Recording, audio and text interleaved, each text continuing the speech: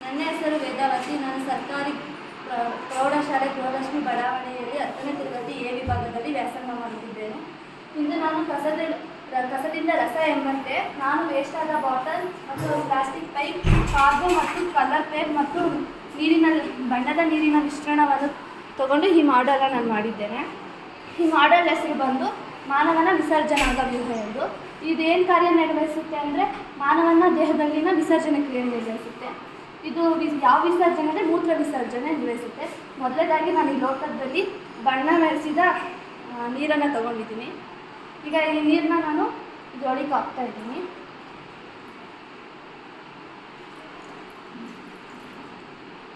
ಇವೆರಡು ಬಾಟಲನ್ನು ನಾವು ಮೂತ್ರಪಿಂಡ ಅಂತ ಹೇಳ್ಬೋದು. ಈ ವೈರ್ನ ನಾವು ಮೂತ್ರನಾಳ ಅಂತ ಹೇಳ್ಬೋದು. ಮತ್ತು ಇದು ಮೂತ್ರಕೋಶ. ಈ ಮೂತ್ರಪಿಂಡದಲ್ಲಿ ಮೂತ್ರವು ಉತ್ಪತ್ತಿಯಾಗುತ್ತೆ.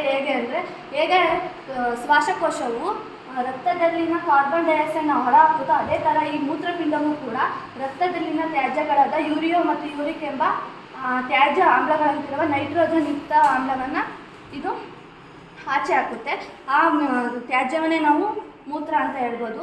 ಇದರೊಳಗೆ ನೆಫ್ರಾನ್ಗಳು ಕೂಡ ಕಂಡುಬರುತ್ತೆ ಬಹುಸಂಖ್ಯೆಯಲ್ಲಿ. ಈ ನೆಫ್ರಾನ್ ಕಾರ್ಯ ಏನಂದರೆ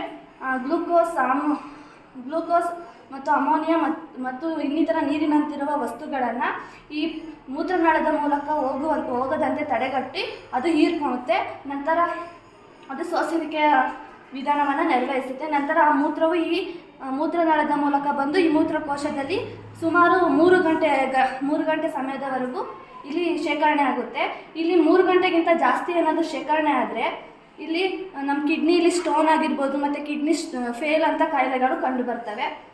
ಮಾನವನಿಗೆ 1 ಕಿಡ್ನಿ ಇಲ್ಲ ಅಂದರೂ ಕೂಡ ಬದುಕ್ಬೋದು, ಆದರೆ 2 ಕಿಡ್ನಿ ಇಲ್ಲ ಅಂದರೆ ಬದುಕೋಕ್ಕಾಗಲ್ಲ. ಆದರೂ ಕೂಡ ಡಯಾಲಿಸಿಸ್ ಮಾಡಿಕೊಂಡು ಕೆಲವು ಕಾಲ ಬದುಕ್ತಾರೆ. ನಂತರ ಆ ಮೂತ್ರಕೋಶದ ಬಂದು ನಂತರ ಇದು ಮೂತ್ರದ್ವಾರದ ಮೂಲಕ ವಿಸರ್ಜನೆಯಾಗಿ ಹೋಗುತ್ತೆ. Thank you.